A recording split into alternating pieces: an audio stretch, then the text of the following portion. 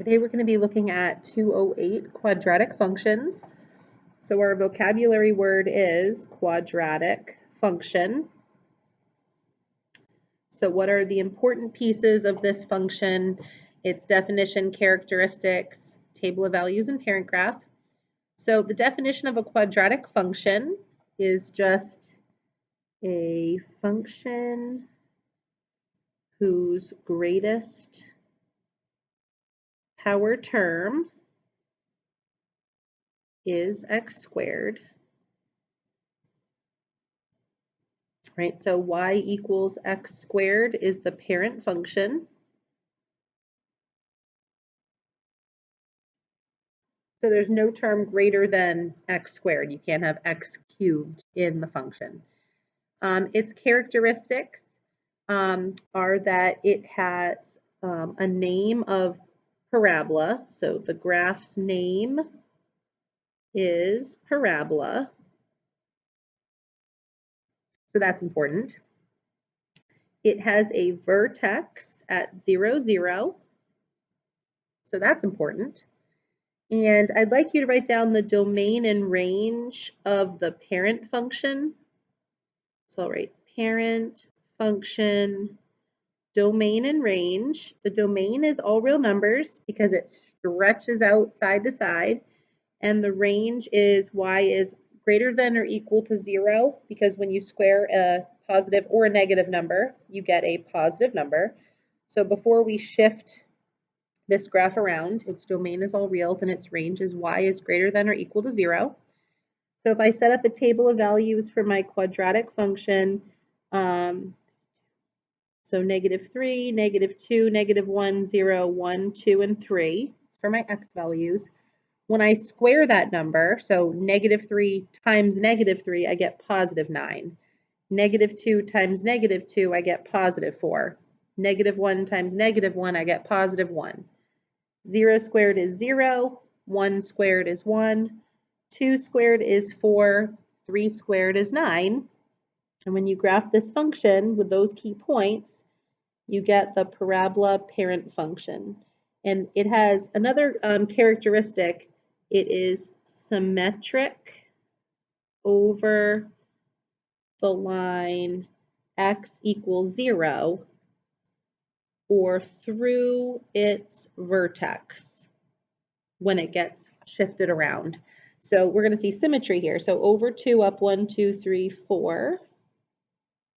And over 1, 2, 3 up 9. 1, 2, 3, 4, 5, 6, 7, 8, 9. So there is the parent function of a parabola. It's a smooth curve. So the parabola is a smooth curve. So when you graph it, it should look different than absolute value. Absolute value was a sharp V shape at the bottom. This should be a smooth curve, and it continues forever off the graph with the arrows. So that's what you need to know about the parent function for a quadratic. So why do we need to know that? Why do we need to know what the graph looks like? Why do we need to know the points on the graph? So when you look at the back page of 208, we're going to take a look at this application. So when is graphing important for quadratics? Here's this function. It's graphed below, and it represents profit as a function of selling price. So it's a new hairdryer model. So if you overcharge it, right, you're not going to sell very many. If you charge $300 for a hairdryer, no one's going to buy it.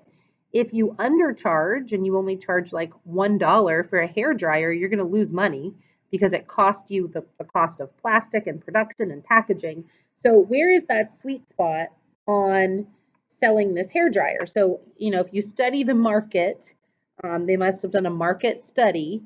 They found that this function fit the selling price and profit. And so they found the vertex on their graph. The vertex is at 35, 12,500. So then it asks, what are the x-intercepts on the graph and what do they represent in this application problem? So x represents the cost of the hairdryer and y represents the profit that the company is making. So we have two x-intercepts. So one is at 10, 0 and one is at 60, 0. So at $10 and at $60, the profit is 0, right? They're basically breaking even. They're not making money, but they're not losing money. So if they sell the hairdryer for more than $10, they start making a profit. If they go above 60, no one's going to buy their hairdryer. So they need to stay between $10 and $60 as their selling price. What is the maximum profit and what should the selling price be? So the maximum profit is up here at the vertex, right? So the maximum profit is $12,500 and the selling price should be $35. So we're going to learn how to graph a quadratic from the equation, how to find the vertex algebraically, how to find the x-intercepts algebraically, so that we can answer application questions about profit or about where something is launched from and where it lands. So there's lots of applications of quadratics, and so this is just a jumping off point to kind of emphasize why the graph of a quadratic is important. So now you're going to go on to page 209. And this is a transformation word search. So we're practicing our up, downs, left, rights, flips. So we have these 4 letters here. So here is the original function. Okay, so here are the points, right?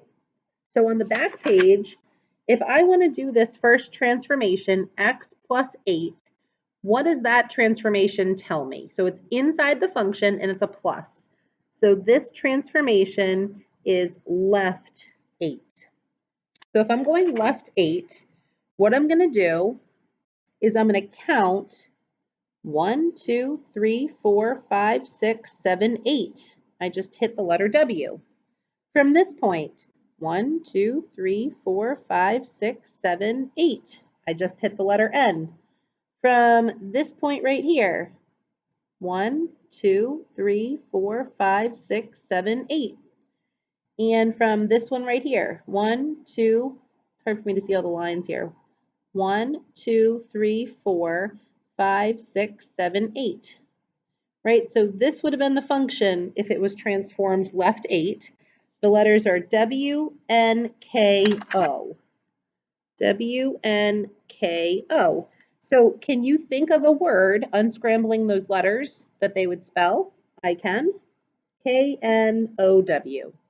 So there might be more than one word that could unscramble, but let's do one more together. Let's do one down here.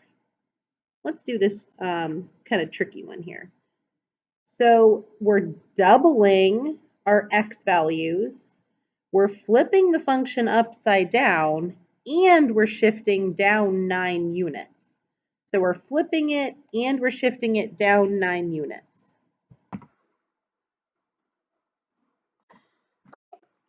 So I've changed my mind on this transformations word search because this first transformation worked smooth as butter here when it was just going left 8, or if it just went down 5 or just went to the right. So I think these 3 are really doable. But once I start getting down here, these are dealing with horizontal transformations that we haven't talked about. These 4 transformations together are really, I think, too challenging for you guys. So I would like you to take the pleasure of crossing off the transformations word search, but you are going to open up on your agenda for today. Let me show you. Oops. Hopefully you can see this because I can't see what I'm presenting here. So, whoa, there you are. So it's this right here, this transformation practice 209. It's linked in today's agenda. You are going to answer these questions. So the questions are, whoops. The questions are numbered 1, 2, 3, 4, 5, 6, 7, and 8. So you have 8 transformation questions.